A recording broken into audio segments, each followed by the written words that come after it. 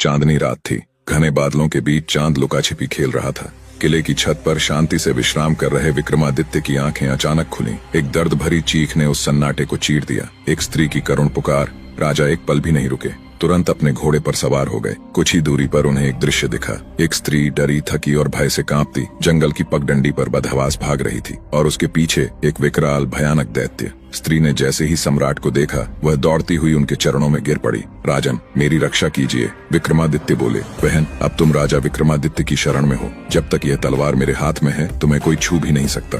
दैत्य जोर से ठाका मारते हुए बोला। हाँ, मूर्ख मानव, तू इसकी रक्षा करेगा। अगर जान प्यारी है तो अभी पीछे हट जा, नहीं तो तेरी राख भी हवा में उड़ जाएगी। विक्रमादित्य बोले। मृत्यु भी यदि सामने खड़ी हो तो विक्रम उससे मुंह नहीं मोड़ता। अब या तो तू थमेगा या ये तलवार।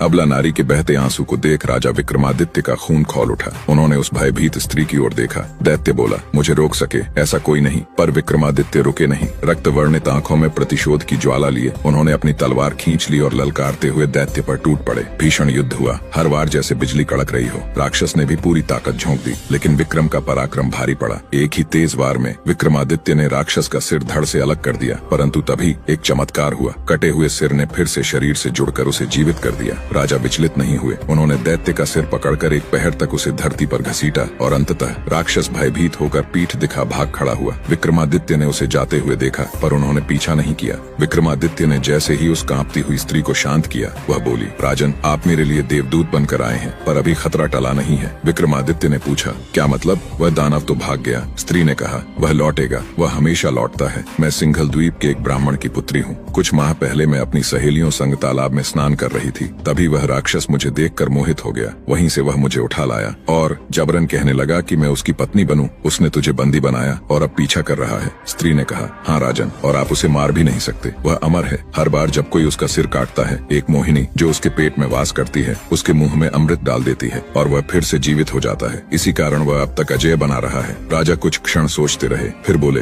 अब वह नहीं बचेगा। मैं जान गया हूँ उसकी अमृता का रहस्य और अब उसका अंत निश्चित है। इतना कहकर विक्रमादित्य ने उस भयभीत स्त्री को अपने विश्वस्त सैनिकों के साथ महल भिजवा दिया। फिर वे अकेले ही उस राक्षस की खोज में गहन जंगल की ओर निकल पड़े। लेकिन वह दानव दूर नहीं गया था। वह तो पास की ही झाड़ियों में छिपकर अवसर की प्रतीक्षा कर रहा था। जैसे ही विक्रमादित्य आगे बढ़े, राक्षस ने पीछे से छलांग लगाकर उन पर आक्रमण कर दिया। लेकिन विक्रमादित्य तैयार थे। उन्होंने बिजली की गति से तलवार चलाई। एक ही वार में राक्षस का पेट चीर दिया और तभी उसके चीरते हुए शरीर से एक मोहिनी निकली। वह झट से अमृत लेने के लिए आकाश की ओर भागी। लेकिन विक्रमादित्य ने आंखें मूंद लीं और आह्वान किया। बेताल प्रकट हुआ और पल भर में उस मोहिनी को पकड़ लिया।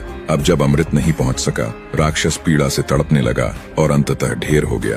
विक्रमादित्य की वीरता, बुद्धिमत्ता और निडरता देखकर वह मोहिनी अभिभूत हो उठी। उसने कहा, हे राजन, आपके समान कोई नहीं। मैं आपके साथ जीवन बिताना चाहती हूँ। विक्रमादित्य ने मोहिनी का प्रस्ताव स्वीकार किया और फिर दोनों साथ महल लौट आए।